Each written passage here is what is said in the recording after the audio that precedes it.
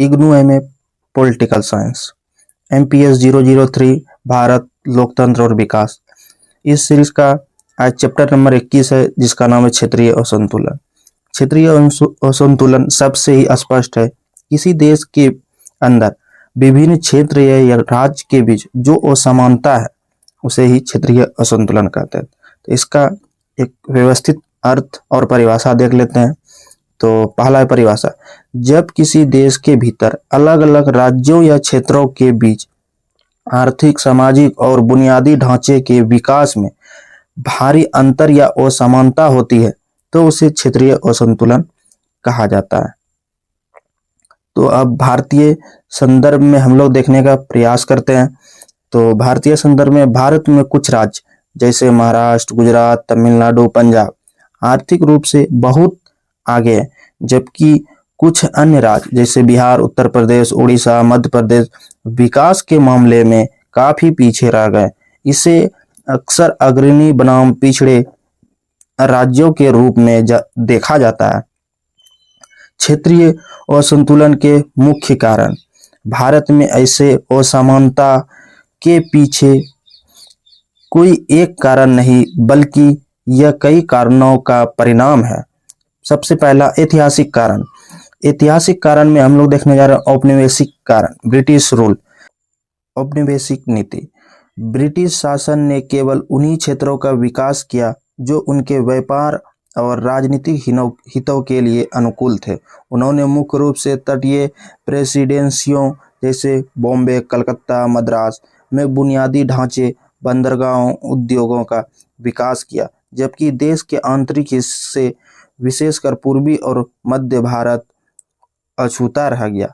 तो इस प्रकार हम लोग देखते हैं कि ऐतिहासिक कारण में औपनिवेशिक नीति जो था ब्रिटिश का, उनको जिस क्षेत्र में ज़्यादा लाभ था, जहाँ से उनको ज़्यादा काम था, जैसे तटीय क्षेत्र, वहाँ उन्होंने विकास किया और बाकी जो मध्य भाग था वो पीछे रह गया। अगला, भौगोलिक और प्राकृतिक कारण। कुछ क्षेत्रों में प्राकृतिक संसाधनों जैसे उपजाऊ भूमि, पानी, खनिज की प्रचुरता होती है, जबकि कुछ क्षेत्र पहाड़ी, रेगिस्तान या सूखाग्रस्त होते हैं। तो उत्तर पूर्वी राज्य या राजस्थान का मरुस्थल, वहाँ उद्योगों और परिवहन का विकास करना कठिन होता है। इसलिए इस कारण से भी कुछ क्षेत्र जैसे राजस्थान पीछे रह गया और जहाँ पर प्राकृतिक संसाधनों की भरमार रहा वो आगे निकल गया। अगला हमारा पॉइंट है नीतियों और निवेशों का पैटर्न। इसमें पहला है हरित क्रांति। 1960 के दशक में आई हरित क्रांति का लाभ मुख्य रूप से पंजाब, हरियाणा, पश्चिम उत्तर प्रदेश को मिला। इससे ये राज्य कृषि में समृद्ध हो गए, जबकि पूर्वी और दक्षिणी राज्य पीछे छूट गए। अब नेक्स्ट पॉइंट है हमारा निजी निवेश का झुकाव। निजी निवेश का झुकाव उदारीकरण 1991 के आर्थिक सुधारों के बाद आया। निजी कंपनियों ने उन राज्यों में निवेश करना पसंद किया जहां पहले से बिजली, सड़क, कुशल श्रमिक मौजूद थे, जैसे बेंगलुरु, हैदराबाद, मुंबई, पुणे बेल्ट।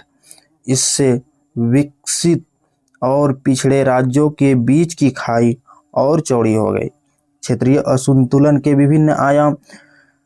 यह असंतुलन केवल पैसों या आय तक सीमित नहीं है, इसके कई रूप हैं, जैसे आर्थिक आयाम, राज्य की प्रति व्यक्ति आय और सकल राज्य घरेलू उत्पाद में भारी अंतर।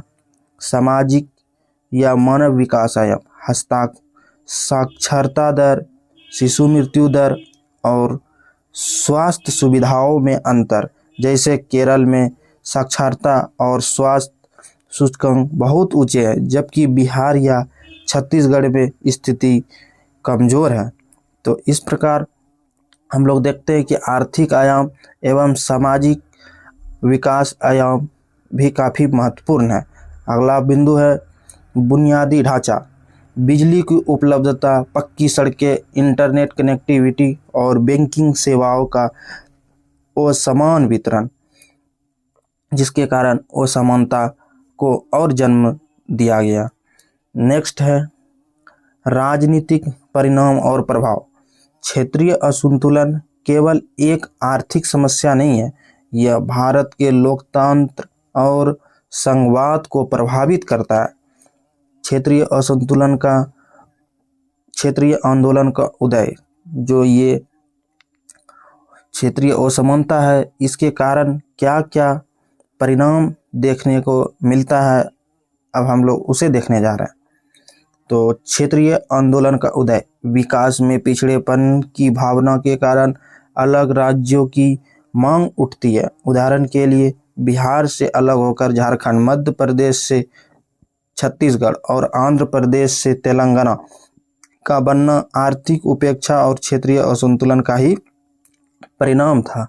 प्रवासन, पिछड़े राज्यों जैसे यूपी बिहार से बड़े पैमाने पर मजदूर विकसित राज्यों जैसे पंजाब महाराष्ट्र की ओर पलायन करते हैं, जिससे कभी कभी स्थानीय बनाम बाहरी का राजनीतिक विवाद पैदा होता है, जिसका यह एक सिद्धांत भी है, सन ऑफ द स्वैग।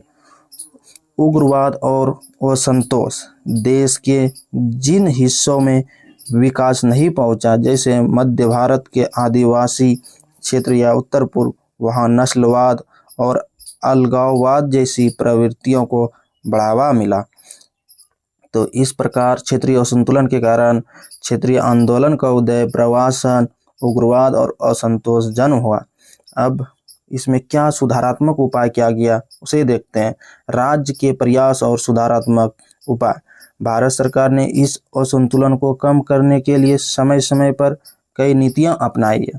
पहला, वित्त आयोग। भारतीय संविधान के अनुच्छेद 280 के तहत वित्त आयोग पिछड़े राज्यों को अधिक वित्तीय संसाधन आवंटित करता है, ताकि वे विकास की दौड़ में बराबरी कर सके। विशेष श्रेणी का दर्जा, कठिन भौगोलिक परिस्थितियों वाले राज्यों जैसे जम्मू कश्मीर, उत्तर पूर्वी राज्य, उत्तराखंड को केंद्र सरकार ने अधिक अनुदान दिया है। लक्षित कार्यक्रम, टारगेटेड प्रोग्राम्स, जैसे मरुभूमि विकास कार्यक्रम, जनजातीय उपयोजनाएं और हाल ही में नीति आयोग द्वारा शुरू किया गया आकांक्षी जिला कार्यक्रम, जो यह दर्शाता है कि देश के सबसे पिछड़े 112 जिलों के विकास पर ध्यान केंद्रित करता है। तो इस प्रकार ये सब जो विभिन्न योजनाएं हैं, इसके माध्यम से देश में विकास के लिए कार्य किए गए हैं। तो इसी के साथ ये चैप्टर के मुख्य पॉइंट पूरा होते हैं। बहुत बहुत धन्यवाद। चैनल को सब्सक्राइब और लाइक ज़रूर करें।